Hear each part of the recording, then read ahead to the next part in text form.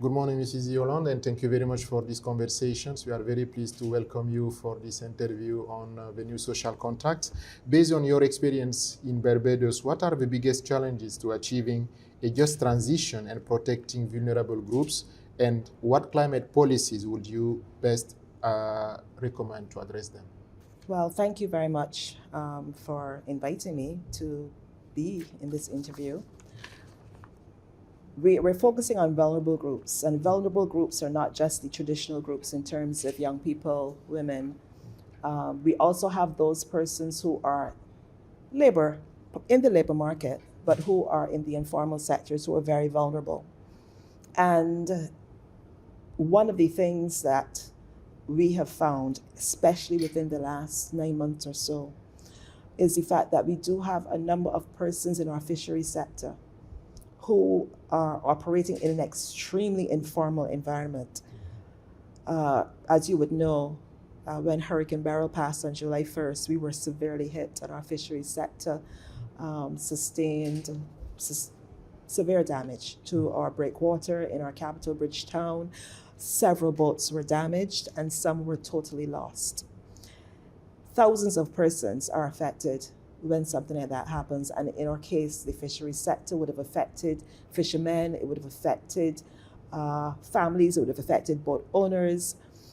And the realization of this hit us when we recognized that many of these persons were not covered by Social Security. Most of these persons, especially the boat owners, were operating their vessels without insurance. And I think this is something almost like has gone on over the years where the sector would have emerged and there was never really any conversation with the members of that fishing community on the benefits to be derived if you have the right social protection and also if you have the right insurance and other measures in place to secure your business. And that is something that is most likely replicated in some subsectors of the tourism industry as well. And so one of the things we need to do really is to sensitize persons, but we need to also bring them to the table. We need to sensitize them on the benefits that can be derived if they start to first look at what they're doing as businesses, but also to ensure that they understand the benefits of Social Security. Because some people may feel, well, that's not for me because I'm not employed by an organization, but they must understand the benefits to be derived for them to safeguard their livelihoods and also to basically ensure that they can support their families.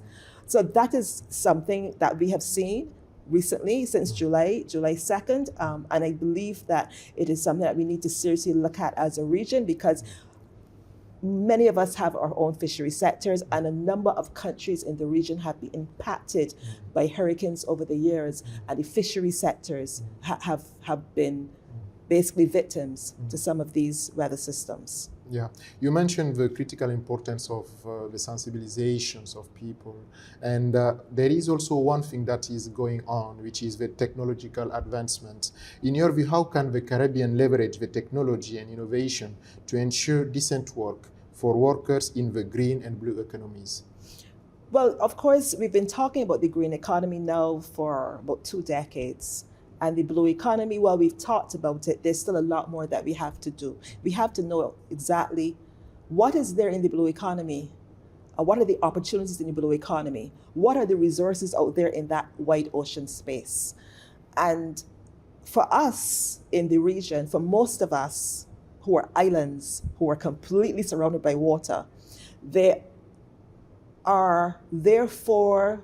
is therefore justification to really look to see what resources are available and to see how we can leverage those resources economically and otherwise, and then what we need to do in terms of empowering our people to be able to help us to leverage those resources. And using technology really and truly is one way that we can do that, and at various levels. What we've recognized, for example, and I go back to fisheries, is that there are things like, for example, GPS systems and other systems that you can use on the boats, because obviously fishing is a hazardous sector for those who have to go out into the water. having GPS systems and having other electronic systems on the boats would help them. Navigation, when you have, for example, to be a search and rescue, etc., these would help. The other thing, of course, though, in being able to maximize the opportunities for both the green and blue sectors, we know that we still do not have the kind of skills capacity which is required to really build the green and blue economies. And therefore, training, having programs that will help to build that capacity are necessary.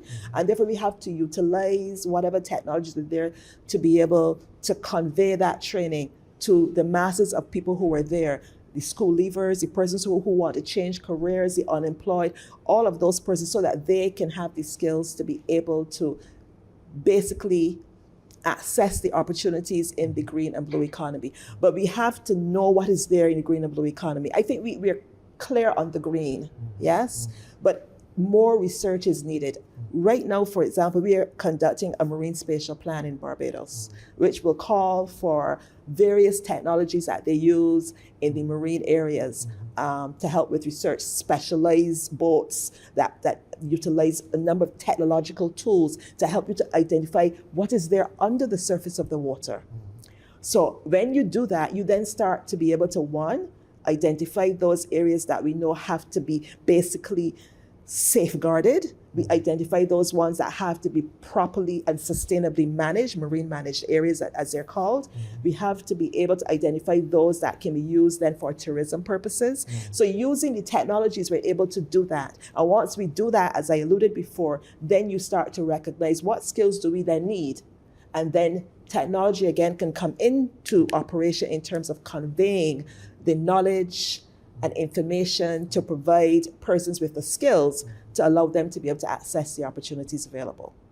You are attending here a very important conference organized by the ILO on the new social contract. As you may know, the second World Summit for Social Development will be held this year in Qatar.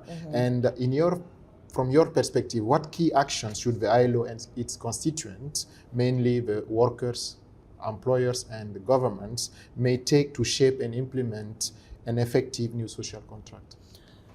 One of the things that we have done very well within the region is the creation of mechanisms to allow for our governments, our employers and our trade unions to sit together, yes, and to be able to develop strategies for our labor markets. We've been able to do that extremely well within the Caribbean and then within the Latin America and Caribbean. And we've done that very well. But one of the things that has happened is that while we have been able to identify strategies and identify recommendations, there has been a slow pace of implementation, yes?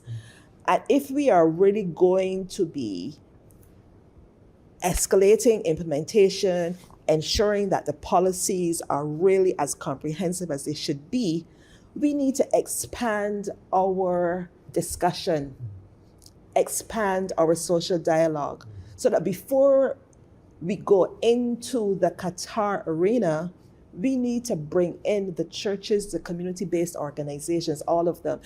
We have sports organizations out there at the community level and at the national levels. We have a number of organizations out there. We need to bring them in and create maybe focus groups, create workshops, create opportunities for them to come to the table and have discussions with us, and not to come in and present to them and to say to them, this is what we're going to do, to invite them to share. So that whatever we take with us in terms of a position or positions reflect the views of our people. They do not just reflect the views of the tripartite groups within each of our countries.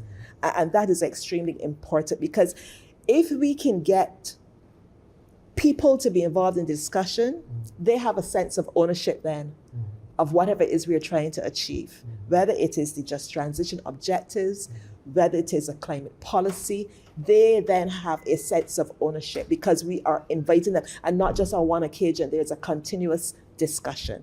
And it means if there's a sense of ownership, there's a greater level of commitment to ensuring that we'll be able to really reach our goals. Thank you very much, Mrs. Yolande, for this insightful conversation. You're very Thank you welcome. much.